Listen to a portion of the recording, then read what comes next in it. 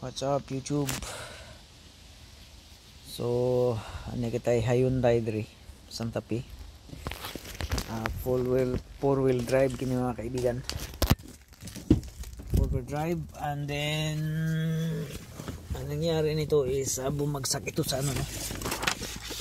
Bumagsak ito sa in city. At ang nabagsakan niya is yung kanyang track rod end. So ang track rod end sa may near side front is ang bumigay. So para maging maganda pagka mga ganito, mga track rod end, mas mabuti talaga, mas mabuti talaga na magpalit kayo ng ganito, palitan both sides para para the longevity of the service or the lifespan of the track rod will go like a balance. So ito ngayon yung binili natin is dalawa ito. So ito yung kanyang inner track rod, and then ito rin. So dalawang inner at saka dalawang outer, which is ito, dalawang outer. So papakita ko sa inyo kung paano gumawa ng pagpalit ng track rod na hindi na kailangan wheel alignment, like front wheel alignment, no? Normally pagka gumawa kayo ng ganito, ipa wheel alignment nyo kaagad, kasi yung sa steering kailangan nakasintro po yan pagka nandoon na sa testing center, nakasintro po, naka dead ahead. So ang gagawin natin is magkabit tayo ng track rod in inner and outer without no need wheel alignment. We have to like accurate putting this in, like as you can see here, this one here, and here. Ito yung may mga thread. So pag before natin siya tanggalin doon sa ano, yung sa pinaka original niya is most likely bilangin nyo kung ilang thread yung thread gap niya, or magkuha kayo ng certain thing na gagawin ninyong parang basihan or measurement, no?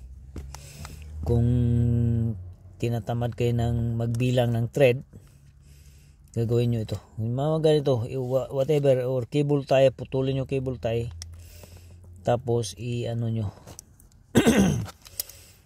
measuring gap ninyo, yun ang panggamit nyo na measuring gap. Or kuha kayo ng burner, mas accurate, like papakita ko sa inyo, like ito.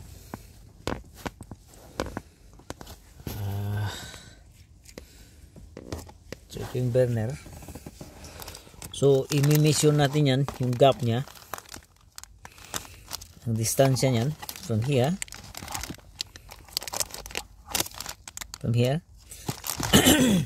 again, this is only for temporary, no? Assuming that this is the distance or the gap on the previous or from the original thing.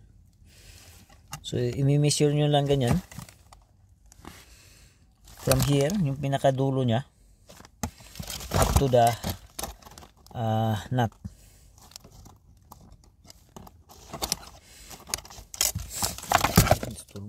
Up to the nut, like that.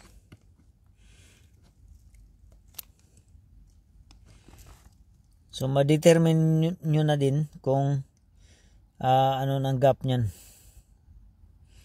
measurement ng gap. Okay, so that is 26. Okay, 26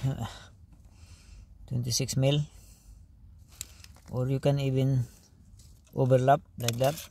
Whatever you like, if you feel like accurate thing to do, you can do it like that.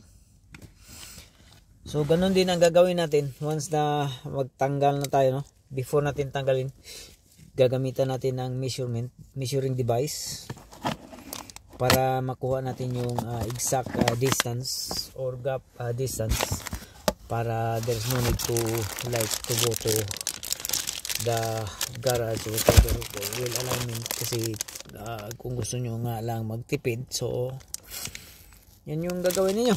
Okay, and then like most of the time, yeah, normally ito magsisis talaga ito dito.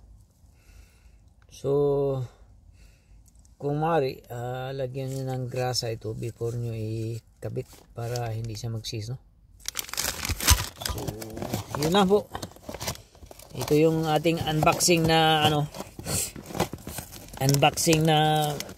ginagawa natin dito. So ito yung mga track rod, outer track rod, and dito sa Europe ang tawag nila dito is track rod end, or track rod inner, or track rod outer. Pero sa mga American term, tawag nila dito is tie rod in, tie rod outer ang tawag nila dito, American. Pero kahit magkaiba sila ng pangalan or terminology na ginagamit, is the same item yung mini-mention nila is the same item, no? Itong American term at saka European term, hindi talaga ito magkasundo. Okay, so tayo na lang umintindi ng mga ito kasi nagpapasikatan ng mga ito ng mga English. Okay, so ang purpose po nito guys, ito yung nag-giya sa Bisaya pa, giya. Kung mag turn left or turn right tayo, ito yung giya niya. Okay, so normally andito niya is, ang ilalim niya dito is made of hard plastic ball. Ito may ball bearing yan sa loob, and then surrounded by the ball bearing is the hard plastic. Okay, and it's the same thing with this thing here. Ball bearing inside of here is the hard plastic as well. So may mga lifespan ang mga ganitong bagay, may mga lifespan din. Depende na lang kung palaging inaakyat ninyo sa gutter or mga hindi kayo minor na mga humps, or most likely gutter. Kung ang sasakyan ninyo inaakyat nyo sa gutter, talagang ito ang daling masisira. So wag nyong iakyat sa gutter guys. Impossible yung mga sasakyan nyo, wag nyong iakyat sa gutter, dahil yan ang nagpapasira ng alignment talaga, which is ito, or yung mga bushing, maging worn yung mga bushings natin. So to minimize the damage of your car or the lifespan parts lifespan, huwag nyo iakyat sa gutter. Okay, so that's it, and thank you very much, and bye bye.